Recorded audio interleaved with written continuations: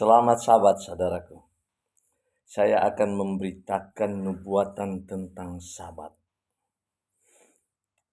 Jadi, dinubuatkan bahwa Yesua adalah anak manusia yang akan mengajak semua bangsa orang asing yang bukan orang Yahudi untuk turut merayakan, menguduskan hari Sabat setelah kematiannya. Kita bisa baca, saudaraku, Anda punya Alkitab, baca nubuatan itu di dalam Yesaya 56. Ayat 1, 2, ayat 6, dan ayat 8. Di sana tertulis begini. Taatilah hukum dan tegakkanlah keadilan, sebab sebentar lagi akan datang keselamatan yang daripadaku dan keadilanku akan dinyatakan. Jadi akan segera terjadi keselamatan. Makanya ditegakkan hukum. Ya, hukum 10 hukum termasuk hukum Sabat dan hukum Taurat lainnya. Oke, di ayat kedua tertulis begini. Berbahagialah orang yang melakukannya dan anak manusia yang berpegang kepadanya, yang memelihara hari Sabat dan tidak menajiskannya, dan yang menahan diri dari setiap perbuatan jahat. Jadi bahwa Yesua adalah anak manusia akan datang membawa keselamatan. Dia sendiri memelihara hari Sabat di sini dan tidak menajiskan itu. Makanya Yesua katakan bolehlah berbuat baik pada hari Sabat. Dia meluruskan semua perayaan Sabat yang sebenarnya. Oke, coba Anda baca di ayat 6. Dikatakan begini.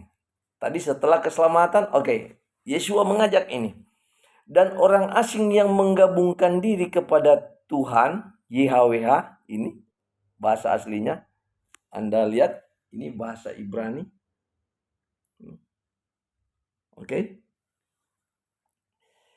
Dan orang asing yang menggabungkan diri kepada Tuhan untuk melayani Dia, melayani Tuhan, untuk mengasihi nama YHWH, nama Allah Israel, dan untuk menjadi hamba-hambanya, semua yang memelihara Sabat dan tidak menajiskannya, dan yang berpegang kepada perjanjianku.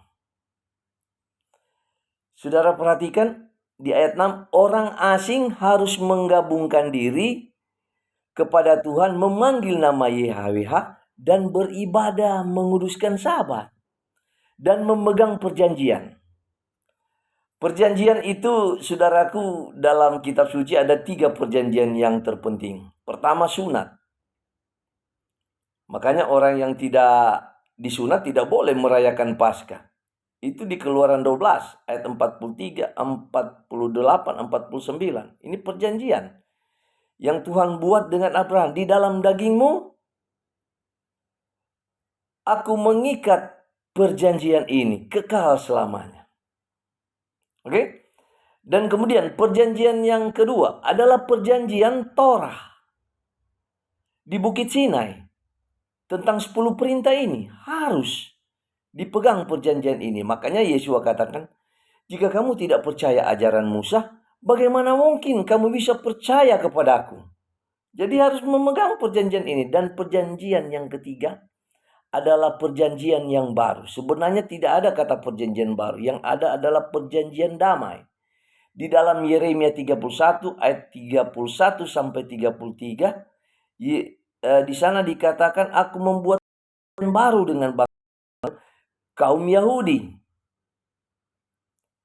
Jadi ini 3 perjanjian yang harus dipegang. Perjanjian baru itu Tuhan menaruh Torah itu di dalam hati batin kita. Jadi kalau ada yang mengaku sunat hati tetapi tidak ada Torah di dalam hati batinnya, dia pembohong. Dia tidak bersunat hati sebenarnya. Itu makna sunat hati. Oke, kita lihat di ayat 8. Yesaya 56 ayat 8. Kita lanjut. Demikianlah firman Tuhan Allah yang menghimpun orang-orang Israel yang terbuang. Aku akan menghimpun orang-orang kepadanya lagi sebagai tambahan kepada orang-orangnya yang telah terhimpun. Jadi orang-orang asing ini akan dihimpun bersama bangsa Israel kaum Yahudi. Di dalam nubuatan, Yesua sebagai orang Yahudi ini yang menjalankan keselamatan, yang memelihara hari Sabat. Setelah salib Golgota, peristiwa salib Golgota, Yesua mengajak semua orang asing untuk memelihara hari Sabat. Makanya dalam kitab Ibrani tertulis masih tersedia satu hari perhentian, hari ketujuh bagi umat Allah. Dan di dalam Yesaya 66 ayat 22 dan seterusnya, di sana tertulis, pada langit yang baru, bumi yang baru, yang akan kujadikan itu, tinggal tetap. Semua akan sujud menyembah Allah. Bulan berganti bulan baru, sabat berganti sabat setiap pekan. Semua umat Tuhan akan sujud menyembah di hadapanku. Jadi sabat ini adalah nubuatan yang digenapi oleh Yesua dan berlanjut itu sampai ke dunia baru. Di mana setelah peristiwa keselamatan itu tiba dalam nubuatan Yesaya 56 ayat 1, 2, 6 dan 8, setelah keselamatan anak manusia itu membawa keselamatan, maka orang asing diajak untuk memelihara sabat. Karena anak manusia ini sendiri berpegang memelihara sabat. Anda bisa baca dalam Lukas 16 dan seterusnya, ayat 1 dan seterusnya. Bahwa Yesua itu kebiasaannya dia datang dari Nazaret, dia masuk ke rumah ibadah pada hari Sabat. Jadi 33 setengah tahun Yesua hidup di bumi, dia merayakan Sabat. Dan di ayat lainnya tertulis, pada hari Sabat, ketika hari Sabat tiba, dia segera masuk ke dalam rumah ibadah dan mengajar. Jadi Yesua memelihara Sabat, saudaraku. Jadi sekali lagi saya katakan bahwa Sabat dinubuatkan untuk dikuduskan setelah salib Golgota. Terdapat di dalam Yesaya 56 ayat 1, 2, 6 dan 8. Anda bisa baca itu. Setelah anak manusia datang membawa keselamatan, dia sendiri berpegang pada hari Sabat. Dia mengajak orang asing untuk mengasihi nama Yahweh, Allahnya Israel, menguduskan Sabat, dan memegang 3 perjanjian yang saya katakan tadi. Sehingga di ayat 8 dikatakan mereka semua orang asing dan akan terhimpun di dalam himpunan umat Tuhan, yaitu bangsa Israel kaum Yahudi.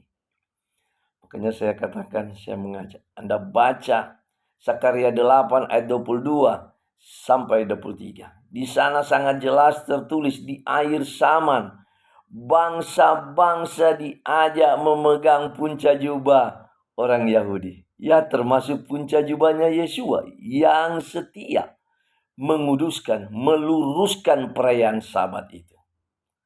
Jadi saudaraku, jangan sembarang menganut doktrin-doktrin dari para gembala bayaran. Saya katakan, gembala upahan. Sehingga supaya Anda tidak setia di dalam kekeliruan. Ketika Tuhan mengeluarkan bangsa Israel dari Mesir, ada 7 kali perkataan langsung dari Tuhan kepada Musa. Hai Musa, katakan kepada bangsa Israel, kepada Firaun, raja Mesir itu, penguasa Mesir itu. Katakan bahwa aku akan menjemput umatku keluar dari tanah Mesir untuk pergi beribadah padaku turun. Dan ada jadi 9 yang 2 katakan. Tetapi yang 7 kali ini kepada Musa, katakan kepada Firaun bahwa aku akan menjemput umatku dari Mesir untuk pergi ke padang gurun supaya beribadah. Saudara tahu apa ibadah itu? Ketika Musa dipanggil naik ke Bukit Sinai, di sana Tuhan memberikan 10 perintahnya.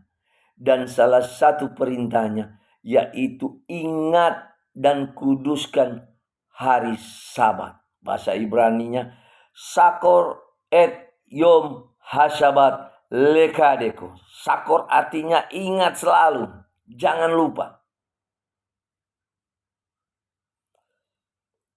di hari Sabat, kuduskan itu. Sakor et yom hasabat lek hadeso.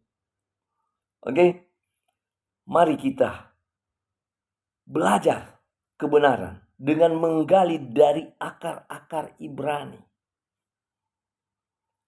Dan jangan menggali dari akar-akar pohon liar. Gali dari akar pohon zaitun asli bangsa Israel, kaum Yahudi. Dari ajaran para nabi hingga ajaran Yesua, nabi yang terakhir.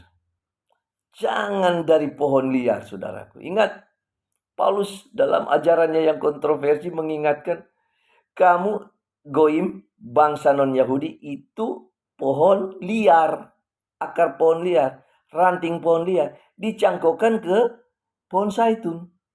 Ke ajaran-ajaran para nabi orang Yahudi hingga Yesua, orang Yahudi, nabi yang terakhir yang diutus Allah Bapa. Sesudah itu tidak ada lagi para nabi. Tidak ada lagi para nabi yang menubuatkan tentang akan datangnya utusan yang terakhir, tidak. Tetapi Yesua mengatakan dia akan mengutus Roh Kudus. Roh Kudus itu Roh Allah Bapa itu sendiri, yang akan memberi pengetahuan, menghibur Anda, menguatkan Anda tentang kebenaran-kebenaran ini. Jadi saudaraku, saya mau katakan, selama Anda masih hidup dan Anda mengenal kebenaran ini, ingat dan kuduskan hari Sabat bagi Tuhan. Mengapa? Karena Tuhan mengatakan, hendaklah kamu kudus, dan hari Sabat ini kudus. Karena aku kudus. Jadi masuklah di dalam kekudusan perayaan Sabat Tuhan hari ke-7. Semoga video saya ini menginspirasikan Anda. Salam.